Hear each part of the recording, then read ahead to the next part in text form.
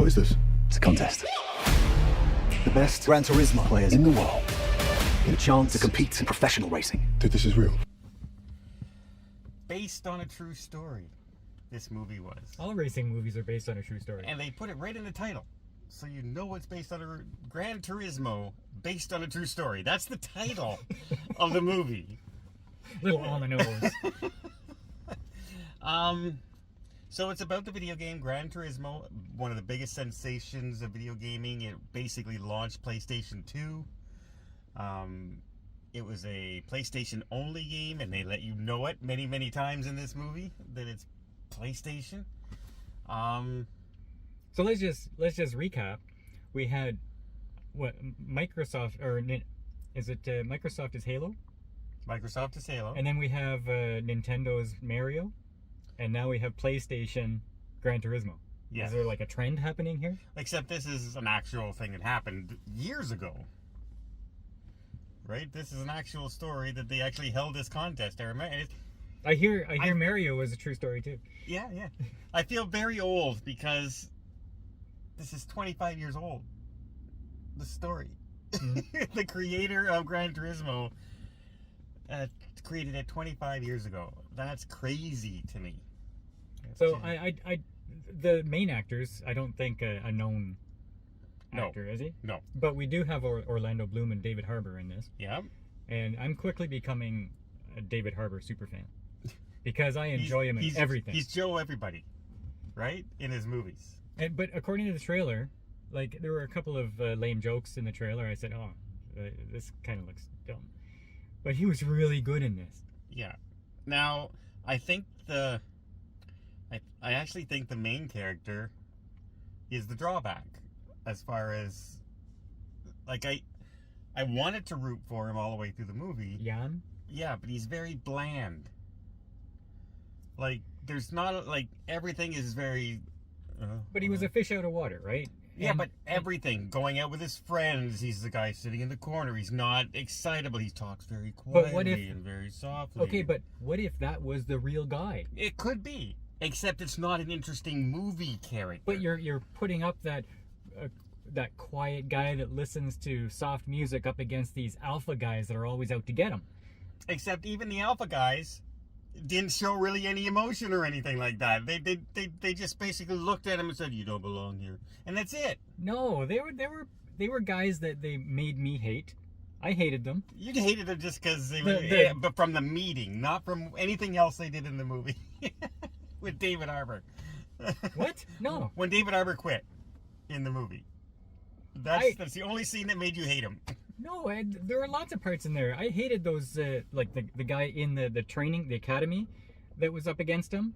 Who ended up finishing. Well, can't ruin it. But. No, but the guy who he beat in the academy, who was a favorite to win, I hated him, and I hated the guy who he ended up beating in the eventual race. So yeah, did you notice one thing though? In the movie, they're always against these two guys. One guy in a rainbow car and one guy from Kappa, and neither one of them were going to win. They were always in third or fourth or fifth place. They were never the first and second place guys. Okay, but it's based on a true I know, story. It's just funny that these are the guys that, we got to beat them, and they're not the guys winning. But, like, there were parts in this where I was, like, squeezing my fists or gripping the armrests on the chair, and I don't like NASCAR or Formula One. I don't like that kind of stuff, but this movie had me like this right even at the end when I knew what was going to happen, because it's the hero has got to do this thing and it's going to happen, but I'm still all tense and go. So good job movie, I guess. And you know what, Orlando Bloom is the good guy but possible bad guy at some points in this movie, but at no point did they make him an outright villain. Like a corporate bad guy. No, he walked the line though. Yeah. Oh yeah, he's a like a press guy. He's thinking of the big picture all the time. Where if you look like movies like Ford and Ferrari, at the end you always have that one guy who's the jerk. It's let's line the three cars up, and he ends up losing his race and his title because they lined up when one guy went 5 feet too fast, kind of thing, right? Where in this one he's going, hey, let's just think about it for a minute, big picture overall, and then he celebrates anyway, right? So they really walk that line of being a jerk corporate guy and just a corporate guy. Now this is a story also of a kid who has a father who says, listen, be realistic. This isn't your path in life. Get a job where you're going to be able to make some money. Don't follow this stupid dream of yours. Nah, all you do is play video games with some crazy dreams of racing cars. Dad, you're the one that told us to always do something we love. You know what racing cars cost? And it's that kind of movie, and then the dad comes back and says, you know what, I didn't support you like I should have. You know, once he became successful and rich. Yeah, but there was tears on screen, and it was a really emotional part. I even had a tear. It went all the way down my neck into my shirt. Like, so it worked there. Like, I have no problems with this movie. There was nothing I could criticize about this movie. No, I just wish the main character had a little more personality. Like, I know it might, we don't know, we never met the guy. It might be based on a real guy, and this is how he talks, he's always like that, he's always blah, blah. But even when he's emotional and he's grabbing the other driver, it's the same, he's still talking like this when he's doing He listens to Kenny G and Enya. I don't What do you care. expect? I want it to be more involved. I want it, show some emotion or show some, and it's just like this the whole movie, like. Whoopsie. What is your problem? It's part of the game. It's called racing. Even when he's with the girl, his girlfriend, when he sees her, smile. Hi, what do you want to do? Come on, show something. What I think was the biggest surprise is that 10 o'clock today, I got a call from Don saying, hey, at 12:30, you want to go see this racing movie? This is Don, who has just driven For 40,000 miles. 7 days in a row. Yeah.